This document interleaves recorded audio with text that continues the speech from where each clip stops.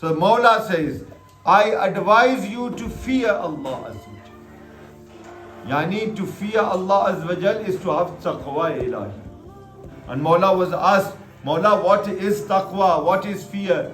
Mawla says to spend your way according to how Ali Muhammad wants you to spend your way. Do what is halal according to Allah and His Prophet, and stay away from everything which is haram according to Allah and His Prophet. So his first piece of advice is to fear Allah Azza wa Jal and to be God conscious. That means to every single aspect of your day, from the time that you wake up to the time that you go to sleep, you have fikr in your heart and in your mind that Allah Azza wa Jal is watching you. The Imam of your time is watching you. The final messenger of Allah is watching you. Yani 3 people are confirmed that are continuously watching you. Allah, His Prophet and the final Imam. And still you try to spend your way according to not what Ali Muhammad want from you, but you are moving away from them.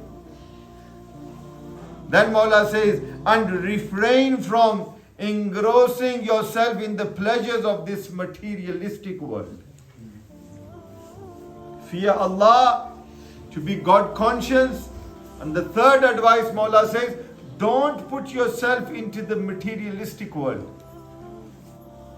But the nasibi is that when we wake up, from the point that we wake up, I'm including myself in this, from the time that we wake up, our life revolves around materials of this world. Yani, to the moment that we open our eyes, mostly I think 90% of the people, the first thing that they look at is their mobile phone. Has anyone got up in the morning, instead of picking up their phone, the first thing that they do is do wudu and pick up the Quran? Rarely you will find someone that will do that. The more we attach ourselves to this dunya, the more this dunya will betray us. And this is a saying of our Mawla, कि जितना आप इस दुनिया से प्यार करेंगे, इतनी ये दुनिया आपको धोखा देगी. The more you love this world, the more the world will betray you. So Mawla says, the third piece of advice is, don't get attached to this materialistic world. Now here people say, oh, Islam is backwards. Islam is saying don't you get involved in the dunya. No. Train your children. Learn knowledge that will benefit you and others. But to rely on that, to make your life being relying on the dunya, that is wrong. Islam is saying don't rely on the world, because everything will come to an end. It is only the name of Allah that will stay behind. The dunya, everything that we hold dear to us, everything will finish. And then Amir al-Mu'mineen says, even if the dunya runs towards you, don't pay heed to the dunya. And we see this. Most of our youngsters, when you ask them, why did you do that sin? Because that sin came towards me. It is the fitrat of the dunya that the dunya will always come towards you. And then the Mawla that we believe in, he says that 3 times I gave divorce to this dunya. Now that is not in the sense of a husband divorces his wife, but Mawla is trying to teach you a metaphor. He's trying to teach you that the more you are going to run after the dunya, the more the dunya is going to run away from you.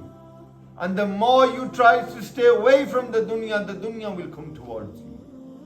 But your life should not revolve around the dunya, but your life should be only solely for the pleasure of Allah. As I said, you leave every day for rest.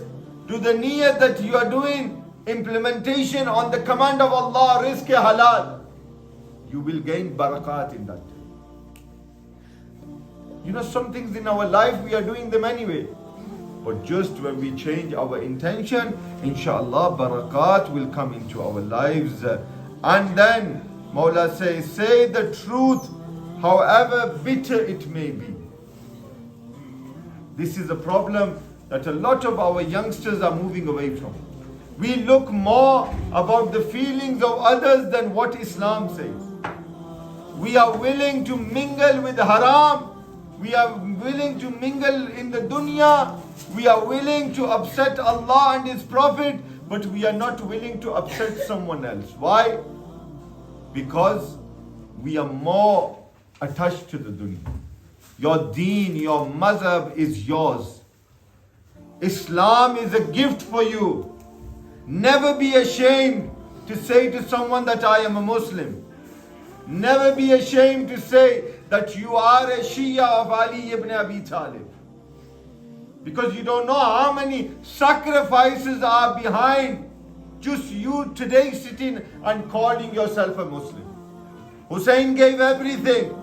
From Ali to Hassan Askari, every single Imam sacrificed everything for the deen that you are now, some people are ashamed to call themselves Muslims. We are taught not to stereotype people. And you shouldn't stereotype people. For example, when we were discussing and when we were mentioning the problems and the tragedies and the injustices and the oppression which is taking place in Palestine, for us to say that no, all of the Jews are doing this, that is stereotyping somehow. We are not saying that the Jews are doing this. Whoever is oppressing anyone, he is not a part of humanity. And that is the fact where we have to raise our voices. So Mawla says, say the truth, however bitter it may be, and act solely for Allah's eternal satisfaction. Never be afraid to say that you are a Shia. If you don't understand something about your madhab, ask ulama. Ask those that know. Ask your parents. But never be ashamed that when you are with people, if majority, 90% are saying, oh, we are Sunnis, we are doing Eid on so and so day. Never be ashamed and say, oh, well, I am Shia, I am doing on so and so day. No.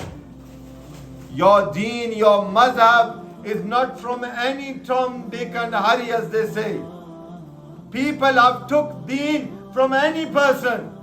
Any person in Makkah, Medina, he has seen the Prophet, he is Sahabi. Our definition of Sahabi is not that.